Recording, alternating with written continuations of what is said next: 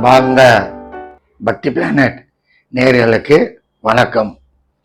நான் ஜி கிருஷ்ணாராவ், ஸ்ரீ துர்காதேவி உபாசகர். இப்போ 14/4/2026 நாளை அருமையாக தமிழ் புத்தாண்டு பிறக்கிறது.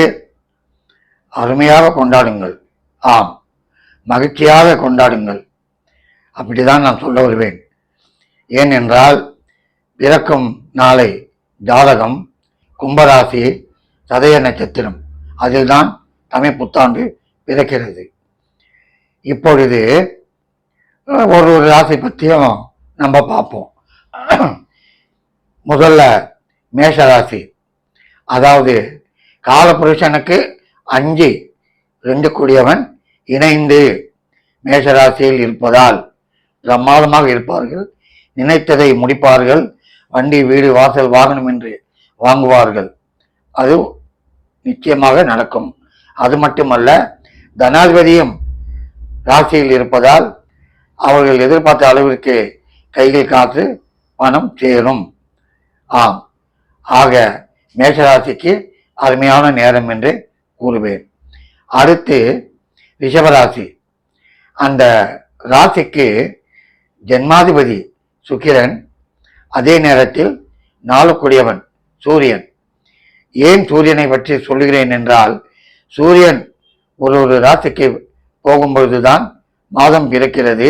நாளை சித்திரை மேஷத்தில் வரும்பொழுதுதான் தமிழ் புத்தாண்டு பிறக்கிறது. சித்திரை. ஆம், அதற்காகவே சூரியனை வைத்துதான் கூறுகிறேன். ரிஷப ராசிக்கு 4 ஜென்மாதிபதி இணைந்து 12 இருக்கிறது. இருக்கலாமா என்று பார்க்கும் பொழுது இருக்கலாம். எப்படி? ராசிக்கு 6 கூடிய சுக்கிரன் 12 மறைவதால் உங்களுக்கு எதிர்பாரா பணம் வரும். அதே நேரத்தில் கடன்கள் இருந்தாலும் தீரும், பயணங்கள் அதிகரிக்கும், வெளிநாட்டவர்கள் தொடர்பால் உங்களுக்கு நன்மைகள் உண்டாகும்.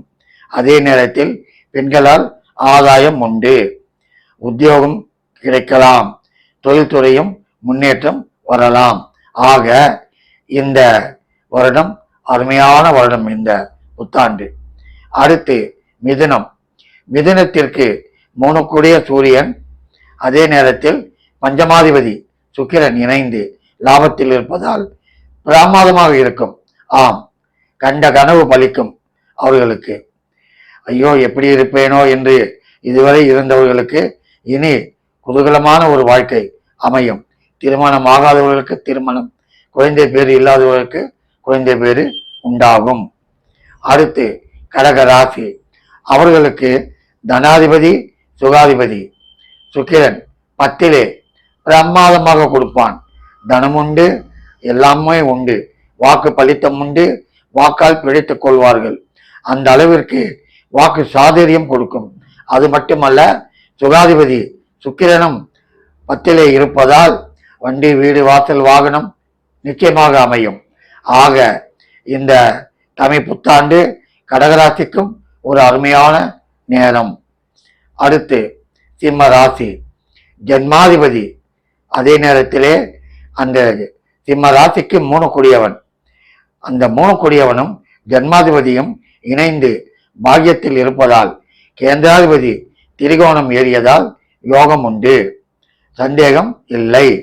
ஆம், இத்தனை நாள் பட்ட கஷ்டங்கள் எல்லாம் தீரும், பனிபோல் விலகிவிடும். அதே நேரத்திலே அவர்கள் குடும்பத்தில் இருந்த பிரச்சனைகள் தீரும், கையிலே பணம் புரளும், அவர்கள் சுபிட்சமாக இருக்க வாய்ப்பு கொடுக்கும், நன்றாக இருப்பார்கள், கவலை இல்லை. அடுத்து கன்னி ராசி. கன்னி ராசிக்கு அஷ்டமத்திலே சூரியன், அதே நேரத்திலே தனாதிபதி சுக்கிரன். அஷ்டமத்திலே இருக்கலாமா? கேள்வி எழும். இருக்கலாம். கன்னி ராசிக்கு 12 கூடியவன் 8. ஆகவே மறைந்தவன் மறைந்திருந்தால் யோகத்தை கொடுப்பான், சந்தேகம் இல்லை. அதாவது அவர்களுக்கு விட்டு போன உறவு தொடரும், உறவினர்களால் நன்மைகள் உண்டாகும், அவர்களுக்கு கடன் இருந்தாலும் தீரும், உடல் நலத்தில் நன்மை உண்டாகும், பிரச்சனைகள் சால்வ் ஆகும். துலாம். துலாம் ராசிக்கு லாபாதிபதி, அதே நேரத்திலே ஜென்மாதிபதி சப்தமத்திலே அருமையான நேரம். ஆம், 11 கூடியவன் 7 இருக்கிறான். லாபாதிபதி. அவர்கள் எதிர்பார்த்தது கைக்கு வரும், கஷ்டங்கள் தீரும், கடன்கள் குறையும், அதே நேரத்திலே உத்தியோக உயர்வு உண்டு. ஆனால் ஜென்மாதிபதி சூரியனோடு சேர்ந்ததால் சற்று அலைச்சல் கொடுக்கும். அதாவது நேரத்திற்கு சரியாக சாப்பிட முடியாது, அது மட்டும் நிச்சயம். இரண்டாவது, குழந்தை பேறு இல்லாதவர்கள், திருமணம் ஆகாதவர்களுக்கு திருமணம் நடக்கும். அடுத்து விருச்சிக ராசி. விருச்சிக ராசிக்கு 6 சூரியன், 10 கூடியவன் 6 சூரியன். அது மட்டுமல்ல, அவர்கள் செய்த புண்ணியம். 12 கூடிய சுக்கிரன் 6. நான் ஏற்கனவே கூறியிருக்கிறேன், 6 8 12 கூடியவன் 6 8 12 இருந்தால் நன்மைகள் செய்வான். ஆகவே அவர்கள் கவலைப்பட தேவையில்லை. பல நாட்களாக இருந்த பிணி, நோய் நொடி அத்தனையும் தீரும், கடன்கள் தீரும், கை நிறைய காசு வரும், கவலை இல்லை. அடுத்து தனுசு. தனுசு ராசிக்கு பாக்யாதிபதி 9 கூடியவன் பஞ்சமத்திலே, திரிகோணாதிபதி திரிகோணத்திலே.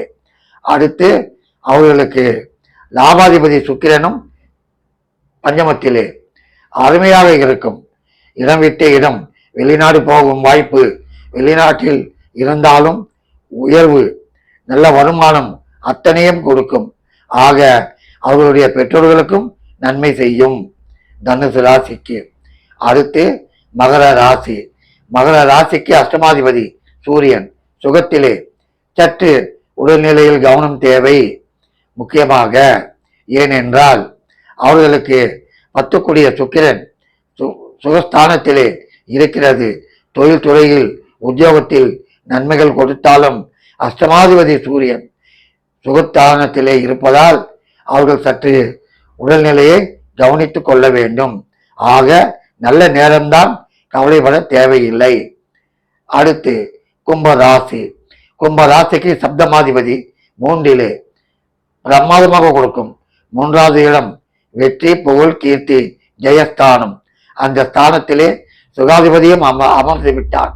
ஆகவே கும்ப ராசிக்கு சுகாதிபதி 3 சூரியனோடு அமர்ந்து விட்டதால் எதிர்பாரா உத்தியோகம், எதிர்பாரா வியாபாரம் பிரமாதமாக இருக்கும். அது மட்டுமல்ல, தடைபட்ட கல்வி தொடரும், நன்றாக இருப்பார்கள். ஆகவே இந்த தமிழ் புத்தாண்டு, அதாவது பராபவ ஆண்டு என்று கூறுவார்கள், இந்த தமிழ் புத்தாண்டு பிரமாதமாக இருக்கும். அடுத்து மீன ராசி. அந்த ராசிக்கு 6 கூடியவன் அருமையாக 12 மறைந்தான். இன்னும் என்ன வேண்டும்? கவலைகள் தீரும், நோய் நொடி தீரும், கடன்கள் தீரும், எதிர்பாரா தனம் வரும். ஆம், காரணம் அஷ்டமாதிபதி சுக்கிரன் சூரியனோடு சேர்ந்ததால் அவர்களுக்கும் எதிர்பாரா தனம் உண்டு. என்னடா இவர் எல்லாருக்கும் உண்டு உண்டு உண்டு என்று கூறுகிறாரே என்று நீங்கள் யோசனை செய்யலாம். பாசிட்டிவாக சொன்னால் நிச்சயமாக நடக்கும்.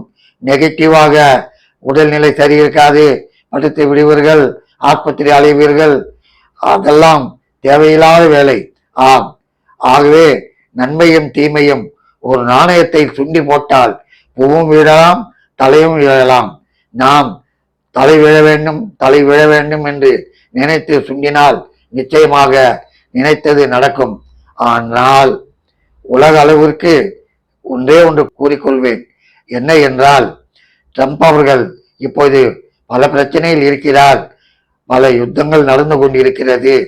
பலர் கேட்கிறார்கள், நிற்குமா, போர் நிற்குமா என்று கேட்கிறார்கள். நிற்காது. அது மட்டும் சொல்லிவிடுகிறேன். 11/10/26 வரை ட்ரம்ப் அவர்களுக்கு, அமெரிக்க அதிபருக்கு குரு திசை சுக்கிர புத்தி. அவருடைய ராசி விருச்சிக ராசி, அஷ்டமத்திலே குரு இருக்கிறது. நிற்குமா? அஷ்டமத்திலே குரு ஆட்டி படைக்கும்.